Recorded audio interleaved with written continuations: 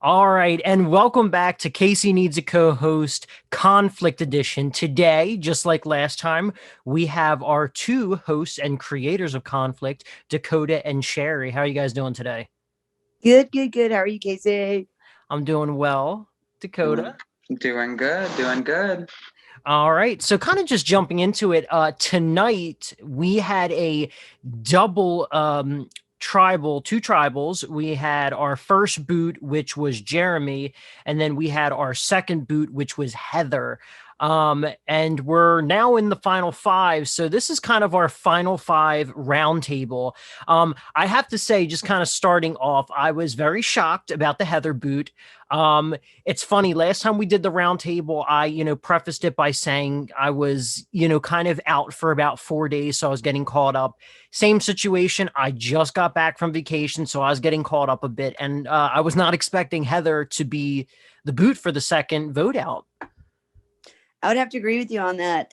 It for the last about 3 rounds, 4 rounds, there's been a strong majority, and I guess the downfall really we gotta have to back this up. There was 5 people that were constantly, consistently voting together. That was Nicholas, Marcelino, Heather, Aaron, and Staten. It starts with the round when Staten and Jeremy both had immunity. Jeremy gives his immunity necklace, which was a really brilliant move, to his ally Rory. And then Jeremy turned around, which he didn't need it at that point because he'd already bluffed them, but he bought it anyway, his immunity for that round. So they only had about 10 minutes to vote because they had asked for the whisper rooms. And they came back and voted out one of their own, which was Aaron. That's really surprised me because you still had Jackson available, up there and available for a vote. I still don't understand that, but Jackson, I guess, is in the mix with a lot of people's ears. Then you go into the next round, and boom, here we are. Jeremy was expected, Heather, not at all. I didn't see Heather going this round. I knew a lot of people saw her as a threat and saw her as somebody that did need to go sooner rather than later, but I just didn't think they have a clear majority. Even though there's duels, you have Marcelino and Staten, you had Heather and Nicholas, you had Rory and Jeremy, and then you kind of have Jackson just floating around. And I mean, so I was really surprised to see the Heather vote this round. I honestly, I think, looking back on it, it kind of makes sense in some twisted alternative reality, I guess, in a sense, because like Sherry pointed out, there's a lot of duos. Kind of this final six, what we were looking at was comprised pretty much of 3 duos. But I do have to attest to Jackson's ability to really play his cards correctly in this essence, because when we first did this roundtable, Jackson was kind of under the radar. We didn't really see much of him, but now we're seeing, I guess, the seeds that he's planted begin to bloom, because clearly he avoided what should have been his elimination this last tribal council, and then he was able to stay safe the round that Jeremy went, albeit it wasn't what he wanted. So it's interesting because I think Jackson also has a strong tie with Rory. I think they've had a kind of a tie since it's been a day one connection. So it'll be interesting to see how that turns out as well. But Heather and Nicholas were, aside from Marcelino and Jeremy at this point, I think the 2 strongest players in the game. So it makes sense for one of them to have to go now. What I never understood from Jackson is this round, Jackson, nobody bid on that auction. He could have bought immunity and bid on that auction and saved Jeremy all in the same time. He could have given Jeremy the safety without power and sent him on his way. And he would have had immunity. Rory would have had immunity, and boom. Oh, you're saying for the second tribal?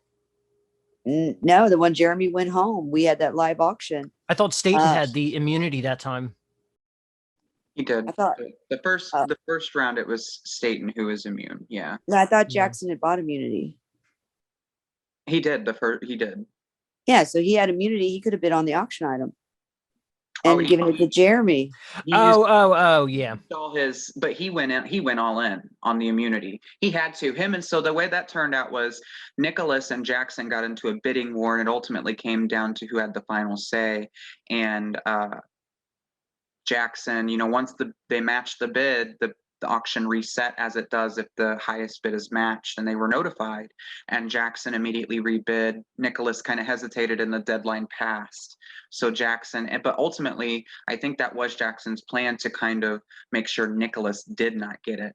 But I'm not sure why Nicholas also didn't jump on the auction as well, because he did have the most coins, but they did come in handy for him when he bought immunity in the second tribal council. I think Now, Jackson could have gone for the play and saved Jeremy if he really wanted to. Yeah. see, with Jackson at this point in time, I actually think Jackson will probably make it to the final three. Which I guess did we actually announce that to the players? I can't remember. No, they We're have holding that no off, idea right? yet. It's Yeah, a final not yet. three. Anyone who's viewing this knows that it is a final three. So I can actually see Jackson making it to the final three. Once again, I'm kind of operating off, limited knowledge right now, but I really like Rory. Rory is very entertaining. Some of his confessionals, he is kind of, Spicy. let's say that's the safe way. I was not going to refer to it as that, but I actually think he is a pretty smart player. He's got a thing for strategy. It seems like he's doing well socially. I could see Rory making it to the final three as well. I know based off Heather's exit confessional, she does not think Nicholas is going to make it to the final three. She thinks Nicholas is probably the next boot. But given if they're trying to eliminate duos, why then go again against Nicholas just to get him out, when there's obviously all these other pairs? Because right now, if you have one pair here and one pair here, Nicholas can be a good swing vote. Because Rory has lost control the last few rounds. Marcelino, whether they're seeing it or not, because of his control over Staten, which he had the same control over Aaron. That's why I was really surprised he let Aaron go. But like this, I said, I think he realizes now that was a mistake. He got nervous, got scared because of all the plays that were just played. And again, if Jeremy would have had enough balls, he wouldn't have bought immunity that round and waited, for the next round to get it. That's what I would have done, because they were already convinced he had it regardless. So nobody even voted for him.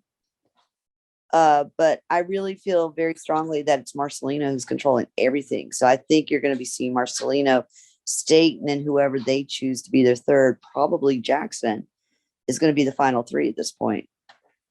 It's an interesting dynamic because I was looking at this earlier. You've got 3 OG Andromedas, and you've got 2 OG Triangulum members in the final 5 right now. And earlier, I think we were talking off the record. I questioned Staten's his move to flip on Heather this round.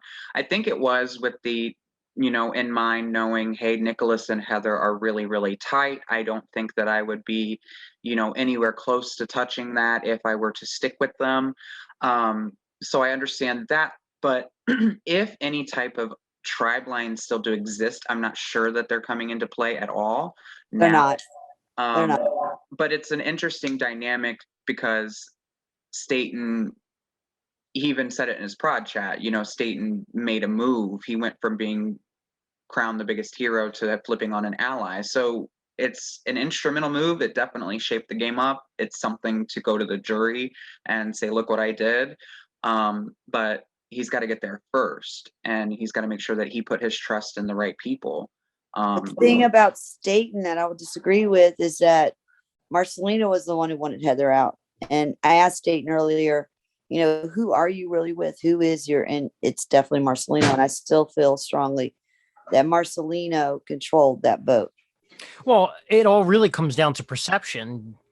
What's the perception of the jury right now? Will they even have that perception? Marcelino is very interesting because even when I was looking into casting Marcelino for my game, he comes off really soft-spoken. He doesn't really... I'm trying to think of how to describe it or describe him. He doesn't outright seem like he's this dangerous player. And once again, perception's reality, and perception sometimes is one of the most important things. So like, if I have that perception and then you have other people making these moves, can once again Marcelino really convince the jury that he's the one that actually made these moves?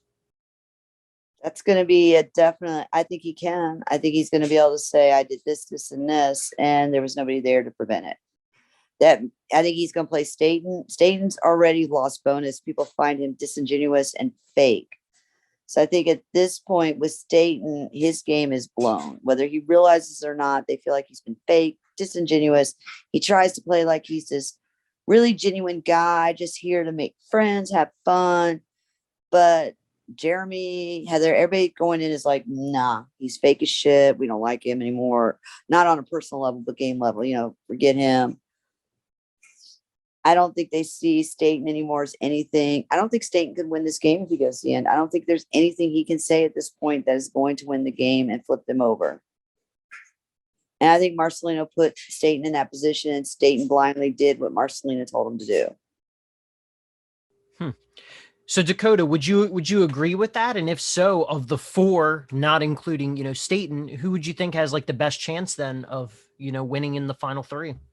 I mean, my perception is, I guess, just slightly different. Looking through, I guess, I see a lot of talk, and there's just a lot of talk between Jackson and Staten. There's a lot of talk between Rory and Marcelino. There was actually a disconnect that I just saw the last time I looked. They were talking about voting Nicholas out, but they obviously switched over to Heather because they found out, or rather, I see that's the thing, because they didn't know, so that he had bought immunity. So there was that disconnect, but they ended up on the same page. And so I think it's still a very much a moving type of game. I mean, I don't ever really want to say anyone's down and out, because jury members vote however they want. I mean, ultimately, when it comes down to it, like last season, we saw a stray vote. Gabby voted for Gigi, and that was a symbolic measure more than anything, and she even said it was. So anything can happen ultimately, I really do think. I think Sherry is very much right in that there's still power players in this game. Marcelino's still very much a power player, but I think that Marcelino's biggest competition right now is Rory. And if they go head to head, it's going to be really interesting, because I don't know that you're going to have Rory and Marcelino in the final three. I don't think that they're going to be able to make it to that point without recognizing the fact that they're both really big threats. Rory is going to be the target next round, I really think, because Jackson wants Rory gone. At this point, Marcelino's looking at getting Rory gone, and that puts Staten on the get Rory gone bandwagon. I mean, they have a day off tomorrow, and before we have a live night on Tuesday. So a lot can happen. I mean, you even see while watching the actual game of Survivor that in a matter of hours, people can go through 2, 3, 4 names, and now these people have essentially a day and a half, almost 2 full days before they hit their challenge and then tribal again. So, it's really crazy. We have no clue what's going to happen. I don't exactly have any favorites, but I would like to see Rory make it to another round. I don't know. I really like his confessionals, and that's sometimes for me the best way that I can get a real feel for a person. And unfortunately, it seems like in the later part of the game, not many people are submitting so many confessionals, but I hear Rory's confessionals, and I love them. They're very entertaining. I would like to see Rory go to the end of this game and be able to have an opportunity to talk to the jury. Do I think it's going to happen? If he can win the next challenge, I think that would be a really big win for Rory going into the rest of the game. A lot depends on what he does in this next challenge, because the couple calls I've been listening to over in between the last round and this round, Rory's in trouble. And I guess when I was doing the questions, in a way, I was trying to see if Rory was aware, and he is aware, just like with the bullshit fight with him and Jeremy. That was just staged, so they were hoping to pull blindside. That never happened, because Staten said, this person said, but that just never happened and never came to tuition. And it just was not going. They were played, and I think that's why they were pissed at Staten. But then the next round, when Marcelino was ready, he took out Heather. I wasn't surprised by that. I was surprised that he did it this round. I thought for sure they might go ahead and, well, I think if Roy hadn't won immunity, they would have taken Roy. I think you would have seen Roy gone now rather than later. But the phone calls this week, a lot of attention was put on Heather, Marcelino, Rory, and Jeremy. So they're not under the radar anymore. And now Jackson's popping up right in the middle of all this. If you look at the chat groups he's in, he's been right in the middle. And it's just like now the game is falling into his lap with him not having that duel like everybody else. He's a free agent. And people are starting to realize that and pick up on that. So what's your... Sorry, again. It's just interesting because it throws that into, if Jackson really is in the middle, then we got a 2-2 split with the third in the middle. What stops, what really does truly stop the two duos from coming together? Will it happen like that? Will they see it strategically like that? Probably not. There's too many blurred lines to be able to probably draw that out and then just come to a final battle at the final four with the fire making challenge. But of course, in the game of Survivor, people are always looking to take the easy route to try to take the route that's the least stressful, but the easiest that can be, to make it that next round in the game. And so I don't know that necessarily the collaboration could come to do that. So I'm really and I've got my eye on Nicholas too. He was the only person who voted Jackson with Heather this last tribal council. So that could very much put him on the outs. And from what I can tell in the conversation between Nicholas and Jackson, they're well aware that they're targeting each other. They've said so respectfully. They've acknowledged it. So will that influence the vote? Like Casey said, we have a day and a half. Who knows? Will that drama will they work a way to working together? Who knows? A lot can happen. Oh yeah, a lot. I feel like, I don't know, once again, we have so little time left in general though, because we are now ending the game on Saturday. So we got like 6 days left pretty much. I'm just very curious really what will happen. And I think everything's really going to probably come out on the live night. I know there's a fair amount of chatter after tribal, but honestly, most of the blown up group chats that I've been seeing is actually of the jury since Heather has entered.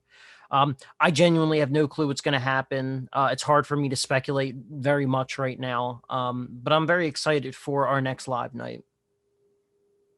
It's going to be a test. I mean, the next challenge they've got coming at them is going to be, truly a testament to how hard they're willing, because throughout the season, we really haven't had that many physical challenges.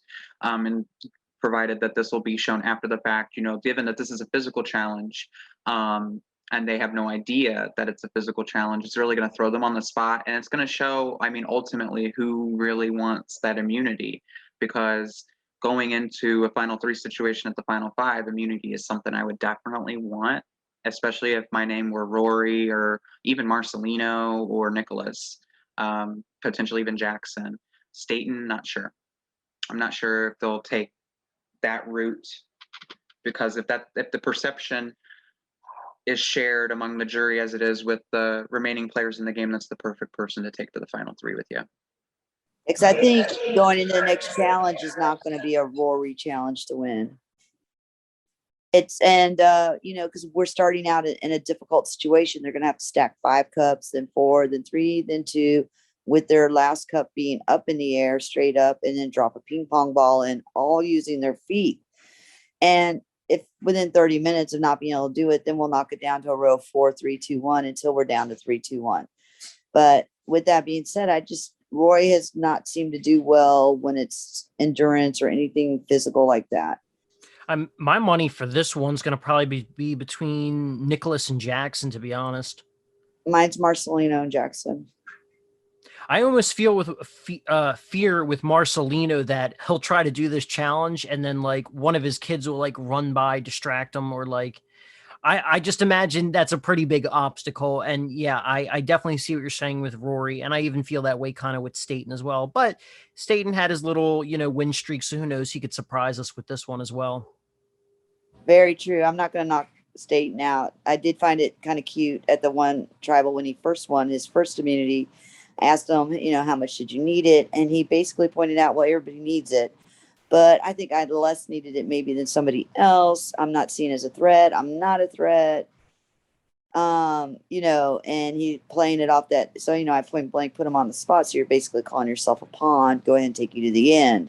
And then he tried to retract it, but the more he retracted it, the more he dug himself in as a pawn.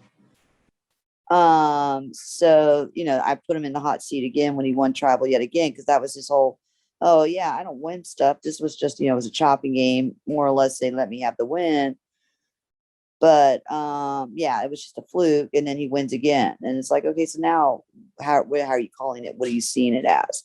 And he's still trying to, and I forced him to have to say that he is, I'm trying to push him to be like, talk. I've been really, we're at the point in the game where there's no more hiding with these people. I'm not going to let them get away with it any longer. I think Rory's really the only one that gives it his all. I don't think he ever hides anything. Not one bit. Just for funsies, actually, last season's winner, Peyton, messaged me after watching the last tribal council, messaged me and said, wow, Sherry's really intense with these questions. She really goes in depth with them, huh? I said, yes, she does. Now you know why she handles tribal councils. He said, apparently. I said, y'all are just lucky you didn't get that last season. Like, I didn't really need to do it last season. If you recall, they would, the questions that would spawn them and trigger them, and it would be on. Right. Yeah. Last season, they were asking for whisper rooms all the time. Yeah, I mean, last season people were just trying to create drama for drama's sake. So yeah, I mean, not to sound biased, but like we had, generally speaking, more entertaining tribals and stuff like that. Now, I'm not going to say that I was very entertaining, because my whole thing going into it is keep a straight face, don't get involved. If you let everyone else fight, it'll get all the attention off you. Not that I had much attention on me, because I liked it that way, But yeah, our people, they love to just fight and create drama. I would agree with that 100%. And also, speaking of Peyton too, he said in the VL earlier, right after Heather got out, he was like, I am not handing my crown to any of these people. Peasants. He called them peasants. He did, yeah. We'll call it for what it is. He did call them peasants. So, Go Peyton, go. So, but I mean, that's the truth though. One of these 5 gentlemen will be the next champion of conflict. Again, another male. I was just about to say, tonight we lost our last female, Heather, Queen. Now we can call her that. I'll give her shit about that. Insider, Heather felt as if production was unconsciously and unintentionally influencing the game by calling her queen, because she felt that gave off the wrong message to those who did not know her. So we had to stop calling her queen for the season. That happened very early on too, right? Yeah, that happened round 2 or 3. That happened early merge, really early merge. Oh, early merge. I thought I remember seeing it way early. No, it was early. It was before merge. She actually came right out and asked us when we were going into the one world scenario. Oh yeah. Yeah. Although, I mean, from my limited time playing orgs, I feel like queen is thrown around left and freaking right. So at this point, I never really thought anything of it. It's just like, just another, term of endearment someone, is thrown around. But exactly, that's how we thought of it. But I guess she was taking it in the other direction. So, when a player comes to you, we're not, we're the hosts. It's our job to be responsible to how they feel and what they feel and what we can do. If it made her uncomfortable, then, it's just like with the pronouns. If that made her feel uncomfortable, then absolutely we would not do it. Right. All right. So I guess on that note, just winding things down, DAKOTA, we'll start off with you. Do you have any final thoughts, as well as who's your current winner pick? Well, my winner pick was my A1 since day one was eliminated in the live night. Jeremy was eliminated. So, and I do believe Heather was up in my final 3 as well. My winner pick right now is Rory. I think he really has a story to tell if he makes it to the final tribal council. He's entertaining, so he'll know how to present himself. He's never lackluster in what he has to say. And he's also made some moves. I mean, we've seen him on his on the top of things, and we've also seen him with his back against the wall trying to fight to survive another day. So I think he's got an interesting story. He's got a very visible story arc. But as far as what's going to happen, I honestly don't know. Just given the discussion that we've had within this last half hour, there's just so many scenarios that I can see this game turning into, because they're very viable, and with the time that they have to talk about things, to discuss their options, to think on their own, anything can happen, and it's conflict, of course. So we've seen time and time again, like with the Aaron vote, with the Heather vote, even production's blindsided by some of the decisions these players make. So it's going to be one hell of a battle till the end, I can tell you that. All right. Sherry, final thoughts and winner pick? My winner pick from the start has been Marcelino. And I do think Marcelino at this point in the game has a very strong chance of getting to the end of the game. Ironically, my second pick was Rory. And if I really could, I really would rather see Rory at the end. But I just feel like he is probably good chance he's going to go home next round if he doesn't win immunity. And I hate that. And I hope I'm wrong. I'm hoping, because Rory's really good at flipping things. And I mean, look at what he did most of the first part of the game. He caused chaos by doing those fake votes to get people to play by the idol when they didn't even need the idol. He would toss out names left and right, and then go in with the people he trusted to the person he really wanted out. So Rory, if he went to the end, would have a really strong case. I'd love to see him there with his sassiness. But right now, I feel really strong that if he doesn't win next round, there's a good chance they're going to come for him. I like the game Jackson's game is evolving into. He's no longer in the shadow. There's nowhere else for him to hide. You're starting to see more and more, like it's been pointed out by everybody in here. Jackson is now coming into his own and really pushing forward. Staten, if he goes to the end, which it's going to be hard on him. I think he's going to have a hard time with the jury convincing him to vote for him. And Nicholas, I think, could have somewhat of a case. But with it being a final three, I just don't think Nicholas' case is going to be quite as strong as, let's say, Marcelino or Rory's. But if Nicholas makes it to the end, I think it would be nice to hear him finally speak and talk, because he's been playing a very quiet, under the radar game, but he always knows where the votes are at. He's always well aware of everything in here. I could make a good case for everybody in here. The only person I think would have the most difficult time with the jury at this point is going to be Staten. He lacked jury management at this last part of this game, because like he said, he went from hero to zero in the eyes of everybody in the game. He went from hero to fake.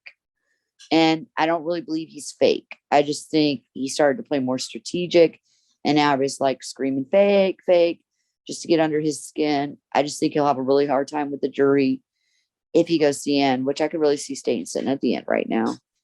What about you, Casey?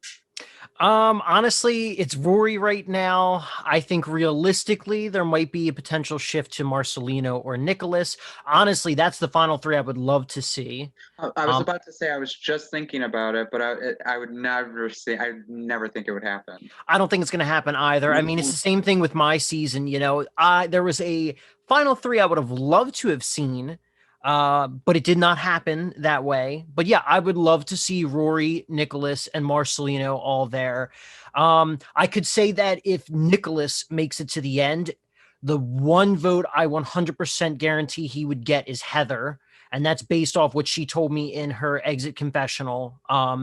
She said something along the lines of, like, I would give him my vote on principle.